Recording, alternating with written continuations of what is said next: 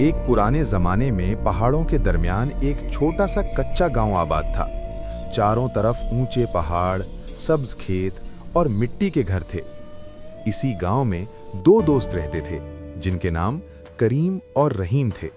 दोनों बचपन से एक दूसरे के साथ थे, एक साथ खेलते, एक साथ काम करते और हर मुश्किल में एक दूसरे का साथ देते थे। एक दिन करीम ने रहीम से कहा कि हमें गांव से बाहर जाकर तिजारत करनी चाहिए। दोनों ने सफर करने का फैसला कर लिया। अगली सुबह सूरज निकलते ही दोनों दोस्त अपना थोड़ा सा सामान लेकर गांव से निकल पड़े। वो मिट्टी के रास्तों से होते हुए खेतों के पास से गुजरे और फिर आहिस्ता आहिस्ता पहाड़ी रास्तों की तरफ बढ़ने लगे। रास्ता लंबा था, लेकिन दोनों दोस्त उम्मीद और हौसले के साथ चलते जा रहे थे। कुछ देर बाद वो एक घने जंगल में पहुंच गए। जंगल में ऊंचे ऊंचे दरख्त थे और सूरज की रोशनी पत्तियों के दरमियान से जमीन पर पड़ रही थी। अचानक उन्होंने देखा कि एक बूढ़ा आदमी एक दरख्त के नीचे बैठा है। वो बहुत कमजोर लग रहा था। रहीम फौरन उसके पास गया और अपनी पानी की बोतल उसे दे दी। बूढ़े आदमी ने पानी पिया और दुआ देते हुए कहा कि अल्लाह तुम दोनों को कामयाबी दे। करीम भी ये मंजर देखकर खामोश खड़ा रहा। दोनों दोस्त आगे चलते रहे। कुछ देर बाद उन्हें रास्ते में एक पुराना सा थैला पड़ा हुआ नजर आया। करीम ने तजस्सुस से उसे उठाया और खोला। जैसे ही थैला खुला, दोनों हैरान रह गए। उसके अंदर सोने के चमकते हुए सिक्के भरे हुए थे। करीम की आंखें खुशी से चमकने लगी। उसने सोने के सिक्कों को हाथ में लेकर देखा। इतना ज्यादा सोना उसने पहले कभी नहीं देखा था।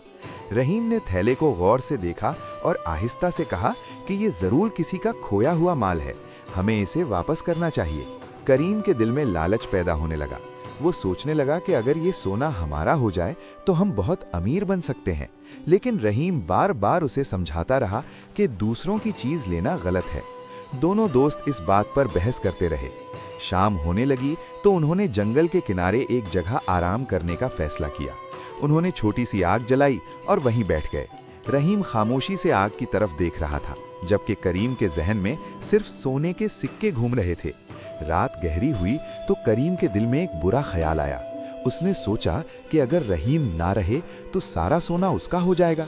वो आहिस्ता से उठा और करीबी गांव की एक छोटी सी दुकान तक चला गया। वहां से उसने खाना खरीदा, लेकिन उसके दिल में लालच इतना बढ़ चुका था कि उसने खाने में जहर मिला दिया। जब वो वापस आया तो रहीम आग के पास बैठा आसमान के तारों को देख रहा था। करीम ने खाना उसके सामने रखा और कहा कि आओ खाना खा लेते हैं। लेकिन रहीम ने करीम के चेहरे की घबराहट महसूस कर ली। उसने गौर से उसे देखा तो करीम की नजरें झुक गईं। कुछ लम्हे खामोशी रही। फिर रहीम ने आहिस्ता से पूछा कि क्या बात है करीम, तुम कुछ छुपा रहे हो?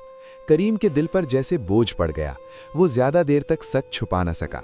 मुझसे गलती हो गई रहीम, मुझे माफ कर दो। उसकी आंखों में आंसू आ गए और वो रोने लगा। उसने रहीम से अपनी गलती का एतराफ कर लिया और माफी मांगने लगा। रहीम बहुत दुख और हैरत में था, मगर उसने करीम को माफ कर दिया और कहा कि लालच इंसान को अंधा कर देता है। अगर हमने गलत रास्ता चुन लिया तो हमारी जिंदगी बर्बाद हो जाएगी। अगली सुबह दोनों ने फैसला किया कि वो इस सोने को गांव के सरदार के हवाले कर देंगे ताकि असल मालिक तक पहुंच सके। वो दोबारा सफर करते हुए अपने गांव वापस पहुंच गए। गांव के चौराहे पर उन्होंने सरदार को सारा वाकया बताया और सोने का थैला उसके हवाले कर दिया। गांव वाले ये सब देखकर हैरान रह गए। कुछ दिन बाद एक अमीर ताजिर घोड़े पर सवार उस गांव में आया। वो अपने खोए हुए सोने की तलाश में था। जब उसे पता चला कि दो नौजवानों ने उसका सोना वापस किया है तो वो बहुत खुश हुआ। उसने करीम और रहीम को उनकी ईमानदारी के बदले अच्छा खासा इनाम दिया। इनाम से दोनों दोस्तों ने गांव में एक छोटी सी दुकान खोल ली। वो मेहनत और ईमानदारी से तिजारत करने लगे। आहिस्ता आहिस्ता उनकी दुकान चल पड़ी और गांव के लोग भी उनसे खुश रहने लगे। करीम ने उस दिन के बाद कभी लालच को अपने दिल में जगह नहीं दी। उसे समझ आ गया था कि दौलत से ज्यादा कीमती चीज ईमानदारी और दोस्ती है। वक्त गुजरता गया और दोनों दोस्त अपनी सादा मगर खुशहाल जिंदगी गुजारते रहे। एक दिन दोपहर का वक्त था। सूरज आसमान में ऊंचा चमक रहा था और बाजार में हल्की हल्की रौनक थी। रहीम दुकान के अंदर लकड़ी के काउंटर के पास बैठा था।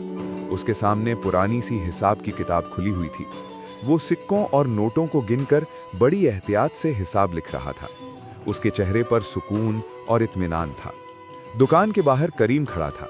वो आसमान की तरफ देख रहा था। नीले आसमान में सफेद बादल आहिस्ता आहिस्ता तैर रहे थे। कुछ महीने गुजर गए और करीम और रहीम की दुकान पूरे गांव में मशहूर हो गई। सुबह होते ही लोग उनकी दुकान पर आने लगते। कोई आटा लेता, कोई चावल और कोई रोजमर्रा का सामान। दोनों दोस्त ईमानदारी से काम करते थे, इसीलिए हर कोई उन पर भरोसा करता था। उसे अचानक वो दिन याद आ गया जब वो जंगल में सोने के सिक्कों के लालच में अंधा हो गया था। अगर उस दिन रहीम उसे न रोकता तो शायद आज उसकी जिंदगी बिल्कुल मुख्तलिफ होती।